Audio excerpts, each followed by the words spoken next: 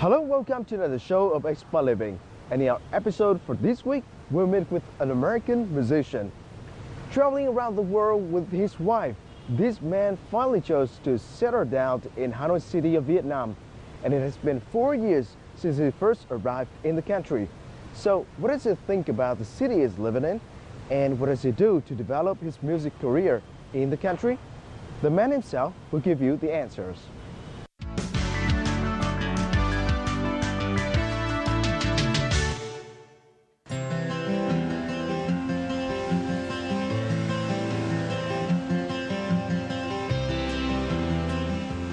American Tyler Young is not someone new to Vietnam. In fact, he has lived here for 4 years. The amount of time he has spent living overseas, including Russia and Vietnam, is equal to the time he lived in the US.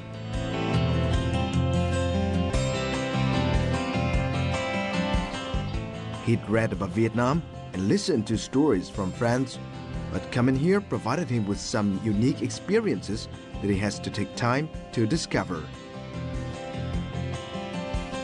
The Vietnamese friends that I had in Moscow, they told me it was quiet and it was, very beautiful, open spaces. Whenever we moved to Hanoi, I was a little bit surprised because there was a lot of people in a really small space. It's 6-7 million people in a space that would be considered kind of a small town in other countries. I expected it to be a little bit quieter too, but of course you have lots of people in a big city. It's going to be loud.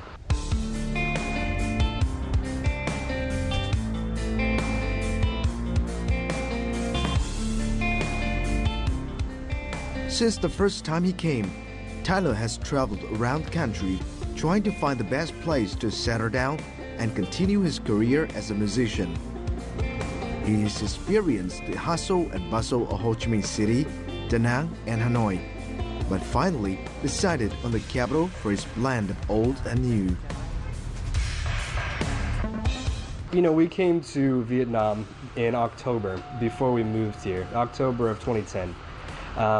I came here and I went to Ho Chi Minh City, I went to Hanoi, I went to Da Nang, I went to different cities to try and decide where I wanted to move. When I went to Ho Chi Minh City, it's just really big and there's lots of people, and it feels a lot like Moscow because there's just buildings and concrete and streets everywhere and people all over the place.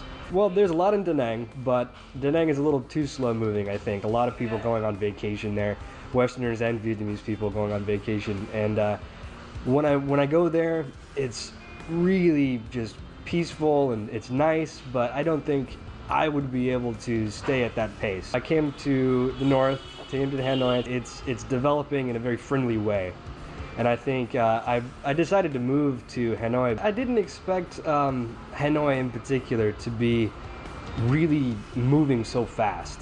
I've been here for 4 years, and just in the last 4 years there's been an unbelievable amount of development. Just really big buildings showing up all over the place, and it's definitely a more romantic city. There's lots, you can see more history here, I think. They've preserved all the big trees and all the old temples and all the old streets, and I really appreciate that. After finding the right place to settle down, Tyler started to develop his music career in a city that he believes there are so many opportunities. However, setting up his private studio is just one part of the plan during his stay in the country. This man, in fact, has more interesting stories to tell. Now follow us and we'll find out. With his determination to develop his music career in Hanoi, Tyler and his wife set up a recording studio. His passion for music was passed down to him from his grandfather. Everybody plays an instrument in my family, everybody. My mom's side of the family, actually, when she was young, her whole family had a singing group that would travel. They traveled all around the east coast of the United States, singing in a big tour bus and everything. My grandfather had a studio in his house. Everybody came over to play, and that's sort of my inspiration for getting into the music industry. Tyler bought this sitar from India. It's just one of 7 musical instruments he can play. For him, learning about foreign music and playing musical instruments are the best ways to understand foreign cultures, including Vietnamese.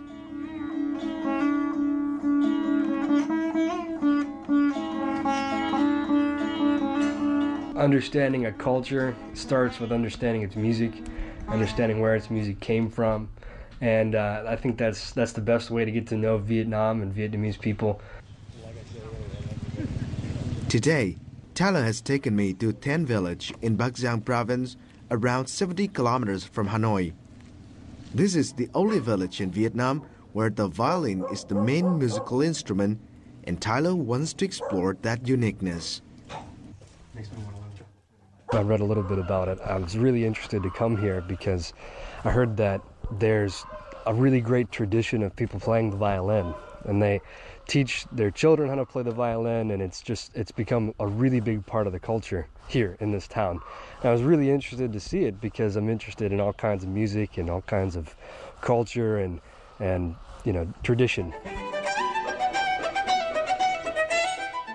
These farmers are from Ten Village, but they are also violinists in their own string orchestra.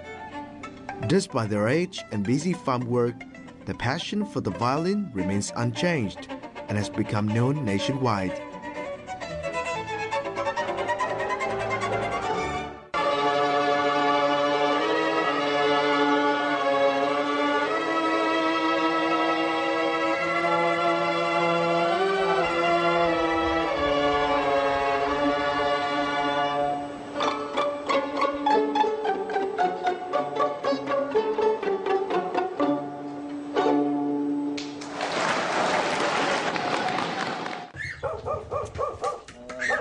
It's not difficult to find Mr. Nguyen, a member of the village orchestra. He started to learn the violin in 1973. Despite poor living conditions in the past, he managed to buy a violin. He and his fellow musicians have won many prizes and perform around the country. Now, he's satisfied his pure passion for music. Tôi trước là cứ phấn đấu là cứ đua nhau, thấy thằng họ kéo hay hơn thì mình cứ ngày đêm cũng mệt mài, cũng cứ tập thôi. Thế là cứ đua nhau dần dần thôi, mãi thì nó cũng thế là nó cũng đến tận bây giờ thì thực sự là nó cũng nhà nông thì mình cũng cảm thấy là thôi thì kéo đàn thế là cũng là tạm được, bà con nghe thế là được.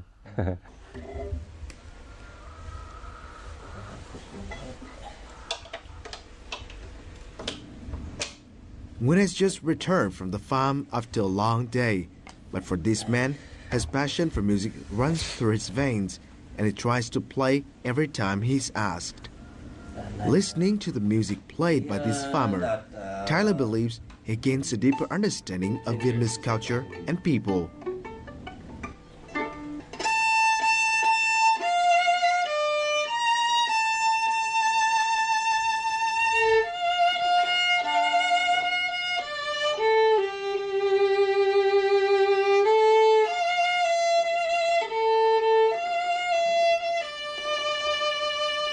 Coming here, I feel like I can relate to the people here because they love music as much as I do, and they really play from their heart, and they play with their culture and a love for their country and a love for their history, and I can definitely relate to that.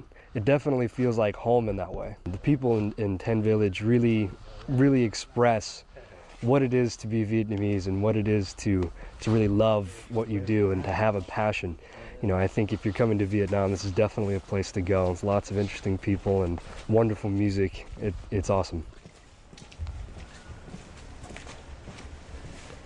Tyler has been busy with international music projects in recent years, but that does not mean he forgets the Vietnamese music scene. In fact, he keeps a close eye on local events and even supports others who want to get involved. All of my Vietnamese friends are always into music. I get to see what they're listening to. I get to talk to them about it. It makes me feel like I'm a part of the culture the more time I spend with music.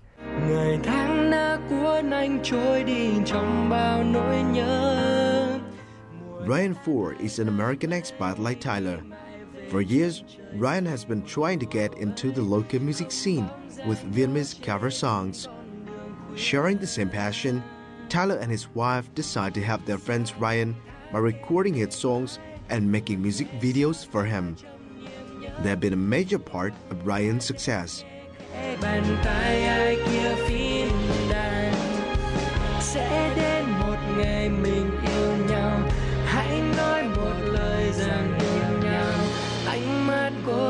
trong im lặng sẽ không quên đi ngày hôm qua.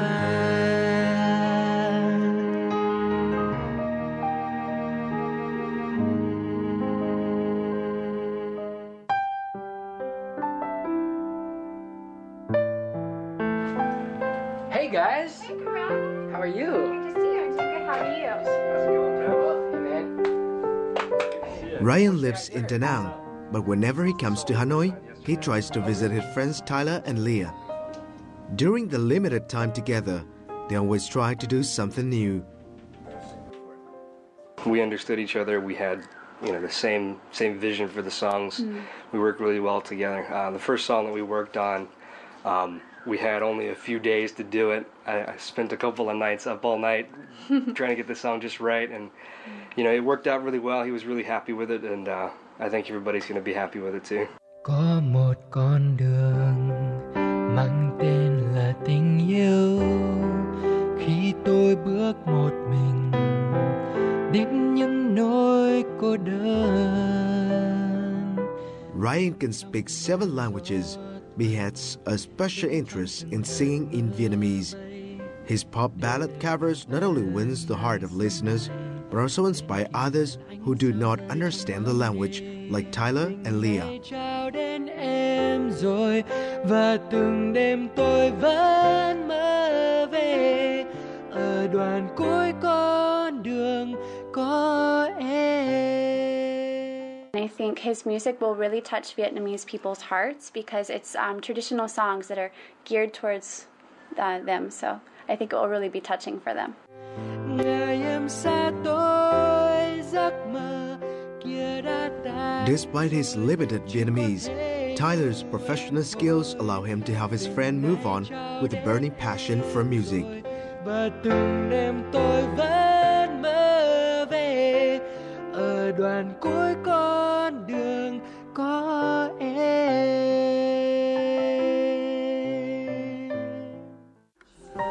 While Tyler records Ryan in the studio, his wife Leah, who is also from a musical family, helps Ryan in another way by making a video clip. Hôm nay thì mình có hai vợ chồng là Tyler và Leah. Tyler và Leah vừa đạo diễn vừa quay phim luôn. We're actually like this big duo team. My husband is the recorder. He does all of the music, and then I'm doing the directing, write the scripts for the videos.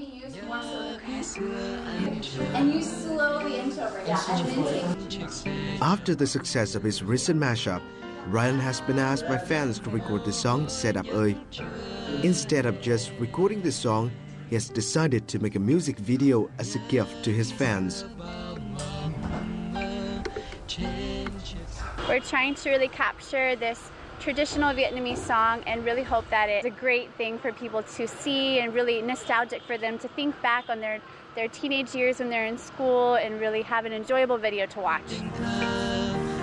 The filming took place in 3 different locations and there were just 6 people in the crew. However, they're all hoping the song will be a success when it's played on TV or broadcast online.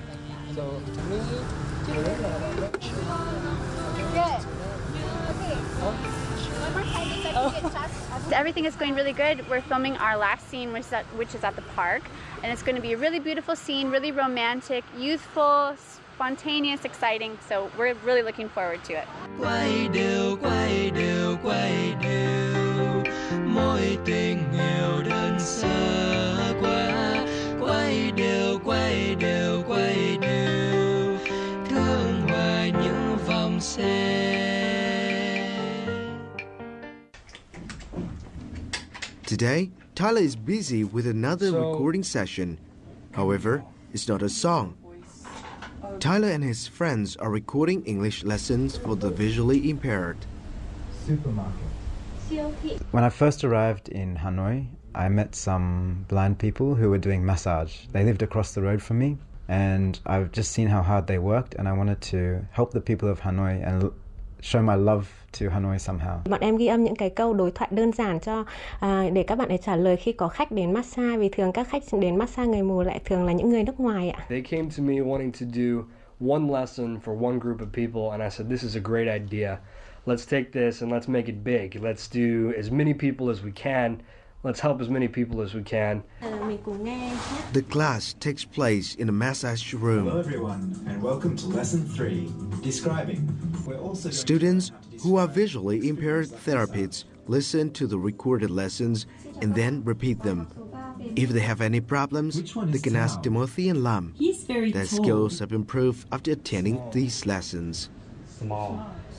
Trước đây thì cũng không biết mấy, giờ kiểu có những cái từ mà để giao tiếp với khách hàng ấy, nó cũng dễ hiểu ạ. Bọn em thì tuy rằng là không nói được những câu đầy đủ ấy, nhưng mà mình có thể diễn tả cho khách hàng người ta biết để hỏi những câu như là khách hàng đau ở đâu này, rồi là bạn làm các động tác như thế là vừa với khách hàng chưa ấy.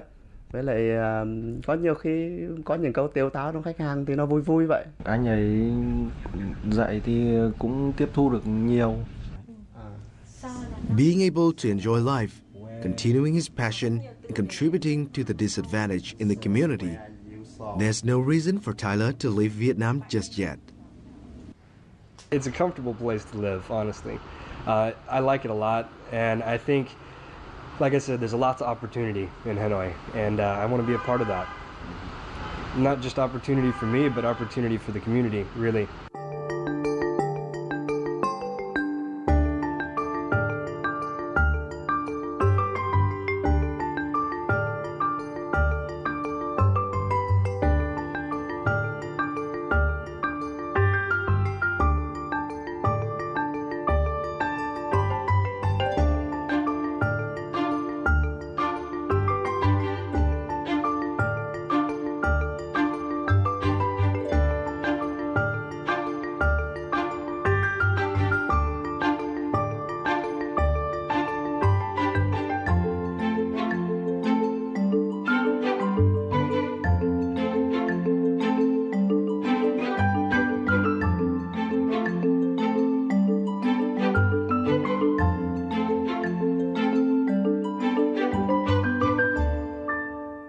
And that's a very interesting story about life of an expat and how he managed to get a better understanding about the music scene in Vietnam. And onto our timeout segment this week, let's follow our reporter Lanai and see what she has in store for you.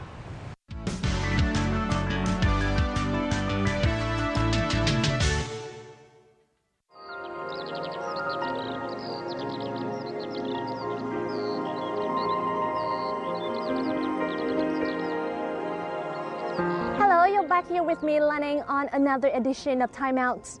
Now, every year as the Lunar New Year or Tết holiday nears, almost all streets across the country are filled with flowers. And going to flower markets or flower gardens is a very popular way to spend some free time for many people here. And this is also my favorite way of spending my free time today. And in such a beautiful weather of the early morning, I find no better way to enjoy the atmosphere than riding a bicycle. So would you like to join me? Let's go. If you mention flowers in Hanoi, the first destination that springs to mind is Quang Ba Flower Market, the so-called head market, where all species of flowers are bought and sold in the capital. What started out as the wholesale market for the city's flower traders, the market has now become a tourist attraction in its own right, with visitors coming throughout the day to see this wide variety of flowers. Tết thì khi nào cũng muốn hoa, mà chúng tôi thì rất thích hoa, cho nên ra Hà Nội thì tìm đến chợ hoa đầu tiên. Và hoa ở đây rất rẻ mà rất tươi. Vẫn biết rằng là ra đây mà mua vào Quảng Trị thì nó rất xa và sợ hư hoa. Nhưng mà cái lòng của con người Việt Nam khi nào cũng muốn hoa cả. Buying flowers is not the only purpose of visitors coming to the flower market. For some, the beauty of the flowers here is a great source of inspiration for photography and so much more. Hi. Hello. Hello. I see you taking pictures around. Do you come here often? It's actually my first time, and I heard there was a beautiful flower market here, so I just had to check it out. It's so nice because it really reminds me of home. My mom is a florist. Wow. So we always had lots of flowers at home. I'm from Holland. Oh, no wonder. Yeah, we grow and export a lot of flowers, and in my hometown, we even have a big flower market right in the city center where the flowers are sold on the water, on boats. Yeah, it's really nice. So what do you think about the flowers here in comparison to those in Holland? The quality and the diversity is really nice. And I also really like how it's a little bit different. The bouquets here are very different from back home. And also here you see a lot of people selling the flowers on the back of a bicycle, which we don't have in Holland at all. We just have shops. So it's very different. Oh yeah, I think that is also a part of Hanoi that many foreigners like. Like everything can be sold on streets. Yeah, I really like it. It's so easy also. You can always buy some flowers somewhere if you're visiting a friend or any occasion that you want to bring flowers to. It's very nice. Just so nice talking to you. I hope you have a good time and good photos as well. Thank you very much. Bye. Bye. Have a good time. Well, I think I have enough wandering around and sightseeing. It's now time for me to buy myself some flowers.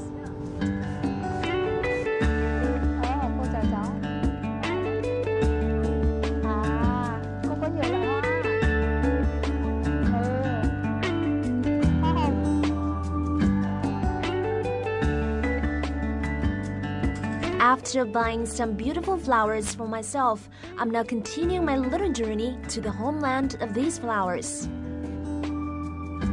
The place I'm heading to now is the Flower Village in Từ Liêm District. The village has become famous for being one of the biggest flower hubs in town, with more than 200 hectares designated for flower growing. I reach a large lily farm owned by the Nguyễn Văn Xuân family and have a chance to learn more about the complicated process of growing one of the most sought-after flowers in Tết holiday.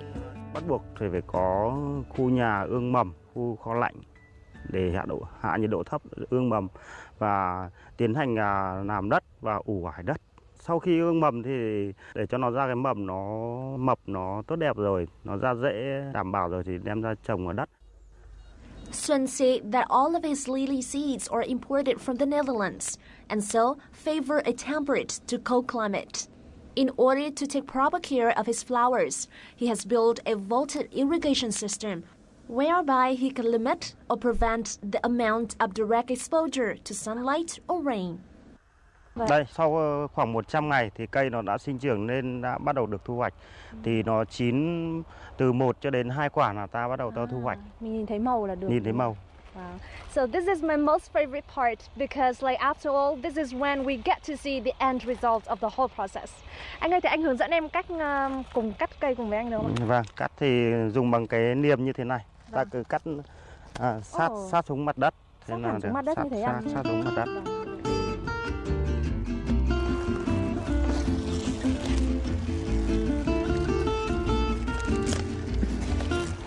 Thế trung bình một ngày nhà mình thì thu hoạch được khoảng bao nhiêu ly ạ?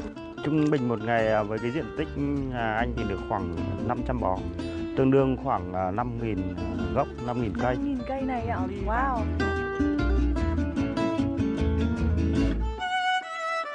Besides flowers, people in the North Vietnam also decorate their houses with a special kind of tree during Tết. A perfect tree of this kind has to bear not flowers, but lots of fruits. With its round shape and shiny yellow color, kumquats are yet another symbol of luck and prosperity that Vietnamese people want to bring home for Tết. It's almost 1 month until the Tết holiday, but all the kumquat gardens in Hanoi are now already ready for the big national holiday. And as you can see right now, I'm in the middle of a very large kumquat gardens in Hanoi. So let's go discover more about the garden, shall we? Well, standing next to me is Mr. Thắng, the owner of this huge kumquat garden. Anh Thắng ơi, lúc em mới bước vào vườn của anh thì em thực sự bị choáng ngợp bởi cái vẻ sum xuê trĩu quả của tất cả những cây quất ở đây. Vậy thì anh có bí quyết gì để làm cho những trái quất này nó ra đúng thời gian mà lại tròn to đều và đẹp như thế không ạ? Cái này bọn anh là kỹ thuật rồi, nó coi như là bọn anh phải coi như tính ngày, coi như ví dụ như kiểu năm nay nó nhuận đấy, bọn anh phải vặt hết cái hoa đầu, lớp đầu nó ra hoa đấy. À thế ạ? Để anh lại lấy lá hoa sau. Cây quất đẹp nó phải tứ đại đồng đường ấy, em hiểu không? Tứ nhá, nó phải 4 yếu tố, ví dụ cây quất là chín ấy là quả vàng nhỉ. Sau đến quả xanh này, mơ mơ ấy. À, quả xanh mơn mởn như mấy quả con là quả li ti này, đấy, cả hoa cả lộc thì là nó còn thực viện cho cả năm đấy. Đấy là quất nó mới đẹp. Lộc lá cho cả năm đúng không ạ?